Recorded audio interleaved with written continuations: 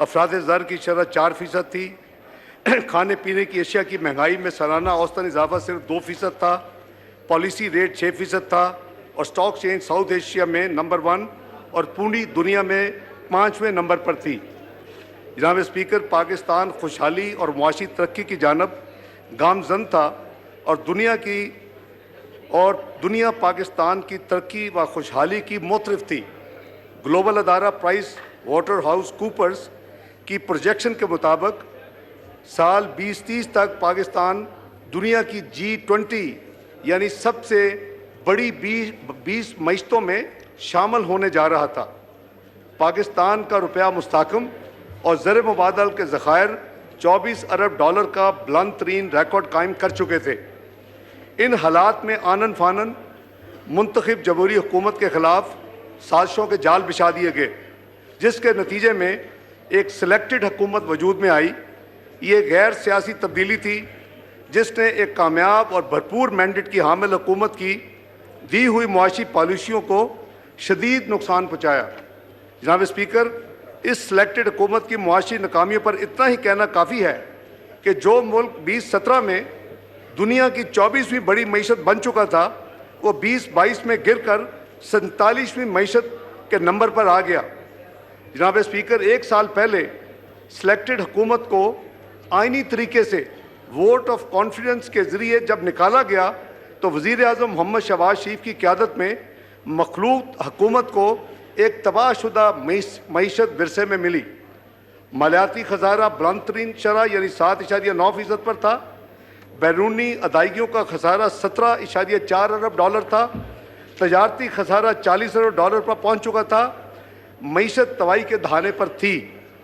2013 سے 18 کے درمیان پاکستانی معیشت مضبوط بنیادوں پر کھڑی ہو چکی تھی، جسے ہمارے پیش رووں نے 4.25 سال کے قلیل مدت میں تباہ و برباد کر کے رکھ دیا۔ جناب اسپیکر، موجودہ اتحادی حکومت کو آتے ہی سب سے بڑا چیلنج ملک کو معاشی دیوالیہ یعنی ڈیفالٹ سے بچانا تھا۔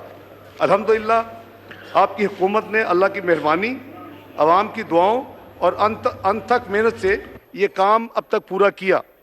اب اگلا مرحلہ ایک خوشحال راہ کا تعین اور عوام کو ریلیف پہنچانے کا ہے، لیکن سازشی عناصر ملک کی ترقی میں رکاوٹیں کھڑی ہر وقت کرتے ہیں۔ یہ سازشی عناصر سے مراد وہ لوگ ہیں جو اپنے آپ کو تو سیاسی کہتے ہیں، لیکن ملک کے خلاف کسی بھی سازش سے گریزاں نہیں اور ہر وقت ذاتی مفاد کی خاطر ملک کو نقصان پہنچانے کے در پہ ہیں، یہاں تک کہ جب وہ ملک کو معاشی طور پر دیوالیہ نہیں کر سکے تو اب ملک میں ایک بڑی سازش کے ذریعے آئینی بحران پیدا کر چکے ہیں۔ جناب اسپیکر، پی ٹی آئی کی قیادت مسلسل کوشش کر رہی ہے کہ قوم میں مایوسی اور انتشار پھیلے۔ ان کی ذرا تھوڑا سا کریں گے جی، اور Order in the house, please. No cross talk. جناب اسپیکر، پی ٹی آئی کی قیادت مسلسل کوشش کر رہی ہے کہ قوم میں مایوسی اور انتشار پھیلے۔ ان کی خواہش ہے کہ IMF کے ساتھ معاہدہ نہ ہو سکے اور پاکستان خدا نخواستہ دیوالیہ ہو جائے۔ یہ لوگ ہر وقت بری خبروں کے منتظر رہتے ہیں اور لگاتار افواہیں پھیلاتے ہیں۔ جناب اسپیکر، ابھی حال ہی میں انہوں نے میرے امریکہ کے دورے کے منسوخی کے بارے میں بھی غلط خبریں پھیلائیں اور بے بنیاد تجزیے پیش کیے۔ ایسے لوگ پاکستان کے خیر خواہ اور رہنما ہونے کے لائق نہیں۔ جناب اسپیکر، یہ ملک دشمنی پر اتر آئے ہیں اور کوئی موقع ہاتھ سے نہیں جانے دیتے جس سے اقوام میں عالم میں پاکستان کی جگ ہنسائی ہو۔ جناب اسپیکر، پاکستان مسلم لیگ پاکستان کی وہ واحد حکومت ہے جس نے IMF پروگرام کو 2013 سے 2016 پہلی دفعہ پاکستان کی تاریخ میں مکمل کیا، اور اب موجودہ حکومت میاں محمد شہباز شریف کی سربراہی میں جب اس نے ملک کی باغ دوڑ سنبھالی، ملک کی معیشت نہ صرف ایک بحران سے گزر رہی تھی بلکہ IMF کے پروگرام آف ٹریک ہونے کی وجہ سے غیر یقینی صورتحال کا سامنا کر رہی تھی، جو معاشی بحران کو مزید سنگین کر چکا تھا۔ پی ٹی آئی کی حکومت نے پہلے IMF کے ساتھ طے شدہ معاہدے پر شرائط پر عمل درآمد نہیں کیا، بلکہ جو معاہدہ کیا ہوا تھا اس کے برعکس کام کیے، اس کے اپوزٹ کام کیے، جس کی وجہ سے پاکستان کی کریڈیبلٹی یعنی ساکھ بری طرح متاثر ہوئی۔ اس کے علاوہ بیرونی عوامل خاص طور پر رشین یوکرین وار اور اندرونی طور پر جو فلڈز کیٹاسٹروفی تھی، سیلاب کی تباہ کاریوں نے معیشت پر ناقابل برداشت بوجھ ڈالا۔ جناب اسپیکر، ہماری حکومت نے ان مشکل حالات میں ریاست کو سیاست پر ترجیح دیتے ہوئے بڑے مشکل فیصلے کیے۔ اگر ایسا نہ کیا جاتا تو ملک دیوالیہ ہو چکا ہوتا۔ ان فیصلوں کے نتیجے میں موجودہ مخلوط حکومت نے بے پناہ سیاسی نقصان اٹھایا اور اس کے عوض ملک کی معاشی تنزلی کو تھام لیا، اور اب ہم معاشی استحکام سے ترقی کی طرف چل پڑے ہیں۔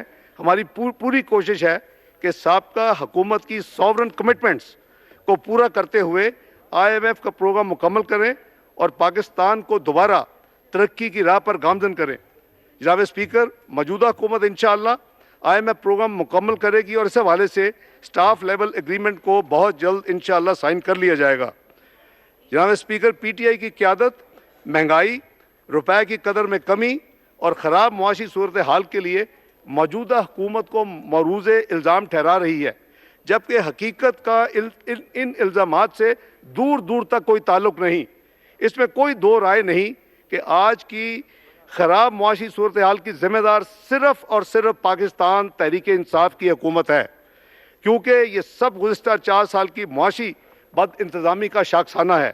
اس کے علاوہ بین الاقوامی سطح پر خراب معاشی صورتحال، عالمی منڈی میں تیل کی قیمتوں میں بے تحاشا اضافہ اور سال 2022 میں بدترین سیلاب اور اس کی تباہ کاریوں نے ملکی معاشی مشکلات میں بے پناہ اضافہ کیا۔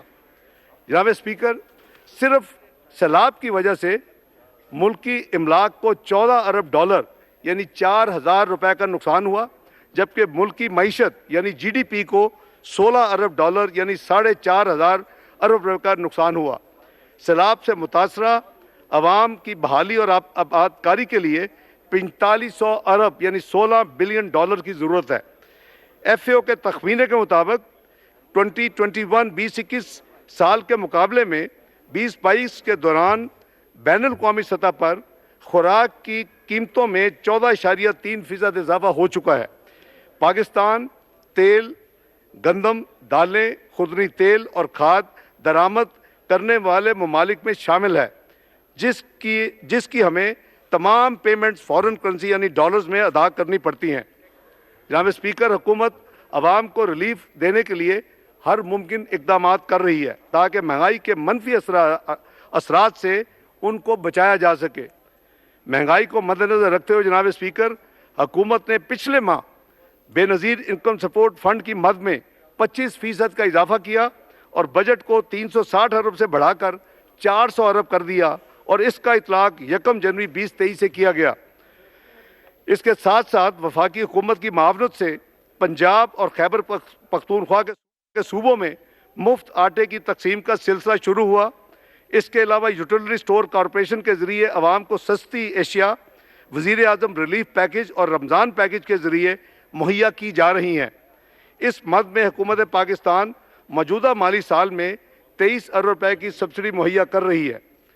جناب اسپیکر، موجودہ حکومت کے بر وقت اقدامات سے کرنٹ اکاؤنٹ ڈیفیسٹ خسارے میں تقریباً 70% کمی واقع ہوئی ہے۔ یہ رواں سال کے پہلے 8 ماہ میں $3 ارب 86 کروڑ پر آ چکا ہے، جو کہ گزشتہ مالی سال کے اسی عرصہ کے دوران $12 ارب 77 لاکھ تھا۔ جولائی 2022 سے مارچ 2023 کے دوران PTI کی حکومت کے مقابلے میں تجارتی خسارہ میں 35.5% کمی واقع ہوئی ہے اور تجارتی خسارہ $22 ارب 90 کروڑ رہا، جو کہ گزشتہ مالی سال کے اسی عرصے کے دوران 35 ارب 50 کروڑ تھا۔ جناب اسپیکر، جولائی مارچ 2023 کے دوران برآمدات میں 9.9% کمی کے ساتھ $21 ارب پر فگر آ گیا، جو گزشتہ مالی سال کے اسی عرصے کے دوران 23 ارب 30 کروڑ پر بند ہوا تھا۔ جناب اسپیکر، موجودہ مخلوق حکومت کے مشکل فیصلوں کی وجہ سے ملک ڈیفالٹ سے بچ گیا الحمدللہ، اور زر موازنہ کے ذخائر میں گراوٹ کو کم کیا۔ مالی سال 2022 کی تیسری سمائی یعنی حکومت